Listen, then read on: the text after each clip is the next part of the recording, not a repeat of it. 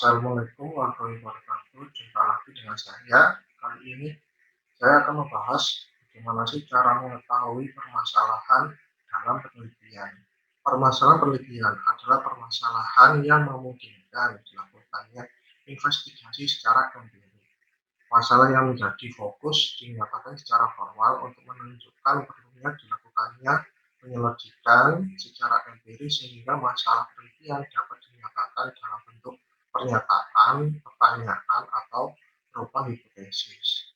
Masalah penelitian atau rumusan masalah serta pertanyaan penelitian disebut jantung penelitian karena menentukan tahapan penelitian selanjutnya.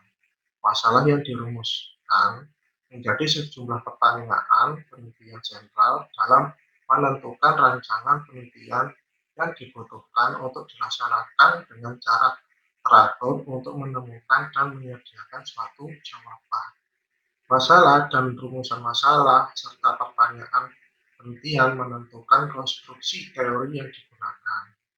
Teori yang digunakan harus fokus untuk menjelaskan atau mampu memberikan jawaban teoritis atas masalah penelitian.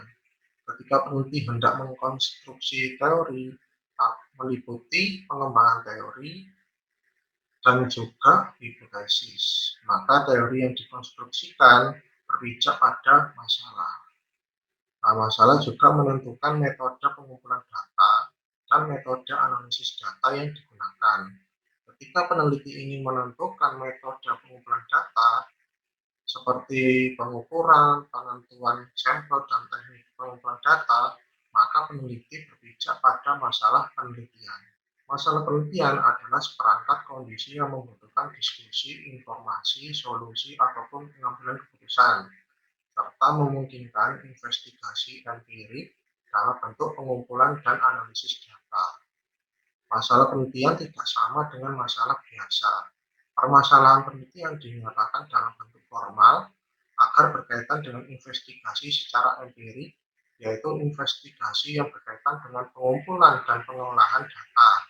Dalam penelitian, permasalahan yang kita pecahkan tidak asal ada, tetapi harus yang penting untuk dipecahkan dan belum diteliti oleh orang lain. Nah, ini dikutip dari Roosevelt dan Sanusi tahun 1994. Jadi, permasalahan penelitian diidentifikasikan dari topik yang bersifat umum. Setelah dilakukan investigasi objek subjek penelitian dan konsep penelitian, maka permasalahan penelitian menjadi bersifat khusus dengan melihat variabel Y dependennya sebagai fokus permasalahan penelitiannya. Setelah itu mencari variabel-variabel lain yang sesuai dengan permasalahan penelitian, baik itu variabel X, independen maupun variabel mediasi ataupun moderasi. Nah, untuk memilih masalah penelitian, itu peneliti harus fokus pada satu minat dalam satu subjek area. Tetapkan minat tersebut menjadi satu topik yang masuk akal. Plausible topik, tetapkan masalah terkait dengan area masalah dan topik dari berbagai sudut pandang. Sumber-sumber masalah. Masalah timbul karena adanya tantangan, adanya kesaksian atau kebingungan terhadap suatu hal fenomena, adanya kemenduaan arti atau ambiguitas, adanya halangan dan rintangan, adanya celah atau gap, baik antar kegiatan atau antar fenomena baik yang telah ada maupun yang akan ada. Dikutip dari Vergen 2005, terdapat 3 sumber persoalan penelitian, yaitu pertama pengalaman, 2 deduksi dan teori, 3 literatur yang berkaitan. Nah, yang dapat dicari dari buku-buku, jurnal-jurnal, abstrak-abstrak, penelitian, dan bahkan kesimpulan dari serangkaian rekomendasi, tesis, ataupun disertasi. Tujuan pemilihan dan perumusan masalah. Yang pertama, mencari sesuatu. Kedua, memuaskan perhatian serta keingintahuan seseorang akan hal-hal yang baru. Tiga, meletakkan dasar untuk memecahkan beberapa penemuan penelitian sebelumnya ataupun dasar untuk penelitian selanjutnya. 4, memenuhi keinginan sosial. 5, menyediakan sesuatu yang bermanfaat. Nah, dikutip dari Arikunto 2014, masalah dapat diperoleh dari kehidupan sehari-hari karena menjumpai hal-hal yang aneh atau didorong oleh keinginan meningkatkan hasil kerja apa saja. Masalah juga dapat diperoleh dari membaca buku, dapat juga masalah diberi oleh orang lain, akan tetapi yang paling baik apabila datang dari diri sendiri karena didorong oleh kebutuhan memperoleh jawabannya.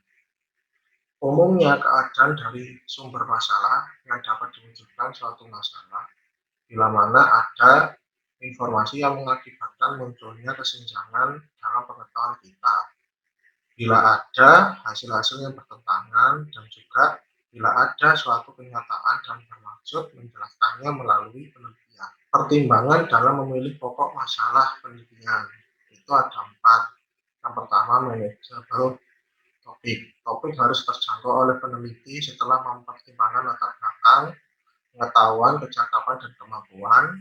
Obtainable topik guna membahas topik cukup tersedia bahan-bahan. Itu yang kedua. Signifikan topik itu suatu skripsi, tesis, disertasi yang disusun harus memberikan sumbangan kepada pengetahuan yang ada. Jadi diharapkan tulisan tersebut akan menghasilkan pemecahan baru, bukan sekedar duplikasi.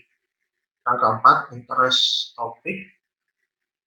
Topik dapat mengaktifkan minat yang pasif tanpa ada hadiah-hadiah tersembunyi atas kesuksesan penelitiannya. Masalah yang layak dijadikan pokok penelitian itu harus baru, bernilai praktis, berada dalam batas kemampuan peneliti, tidak mengandung kekuatan sosial politik, mempunyai sponsor. Nah, sedangkan ciri-ciri masalah penelitian yang baik itu harus mempunyai nilai penelitian, masalah harus visible, masalah harus sesuai dengan kualifikasi peneliti. Jenis-jenis permasalahan penelitian yaitu ada problem untuk mengetahui status dan mendeskripsikan fenomena, problem untuk membandingkan dua fenomena atau lebih, dapat disebut juga komparasi, problem untuk mencari hubungan antar dua variabel, disebut juga korelasi. Nah, korelasi ini terbagi menjadi dua. Dikutip dari Arikunto 2014, itu ada korelasi sejajar, misalkan korelasi antar kemampuan berbahasa Inggris dan kesetiaan ingatan. Untuk korelasi sebab akibat, misal korelasi antar teriknya sinar matahari dan larisnya es bambu. Nah, menemukan suatu masalah. Pertama, secara kebetulan, berdiskusi dengan orang lain, teman ataupun dosen, memperoleh dari media massa, mengalami sendiri suatu masalah, membaca buku atau karya orang lain, mengamati masyarakat. Nah, bagaimana untuk melatih keterampilan mengidentifikasi masalah, yaitu mengetahui dan mendalami objek dan subjek penelitian yang akan diteliti atau fenomena empirik. Mengetahui dan mendalami konsep penelitian yang dibangun untuk diteliti, membaca sebanyak-banyaknya literatur yang berhubungan dengan bidang penelitian dan bersikap kritis terhadap apa yang dibaca, memikirkan kemungkinan penelitian dengan topik-topik atau pelajaran yang didapat waktu kuliah, menghadiri seminar-seminar hasil penelitian.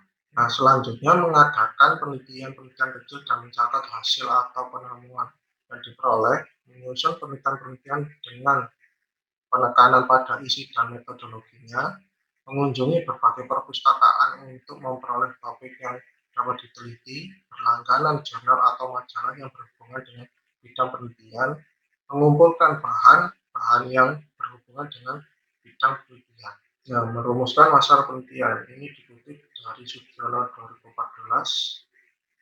Rumusan masalah berbeda dengan masalah. Masalah merupakan kesenjangan antara yang diharapkan dengan yang terjadi, sedangkan rumusan masalah merupakan suatu pertanyaan yang akan dicarikan jawabannya melalui pengumpulan data. Adanya kaitan yang erat antara masalah dan rumusan masalah. Karena setiap rumusan masalah peneliti harus didasarkan pada masalah. Masalah sebenarnya adalah hal yang pertama dipikirkan oleh peneliti ketika merencanakan penelitian. Walaupun di atas kertas yang pertama muncul adalah judul dan pendahuluan, tetapi yang lebih dahulu timbul pada penelitian adalah masalah penelitian. Merumuskan masalah penelitian bukan merupakan hal yang mudah, karena tidak semua masalah di lapangan dapat diuji secara empirik. Tidak ada pengetahuan atau tidak diketahui sumber atau tempat mencari masalah-masalah.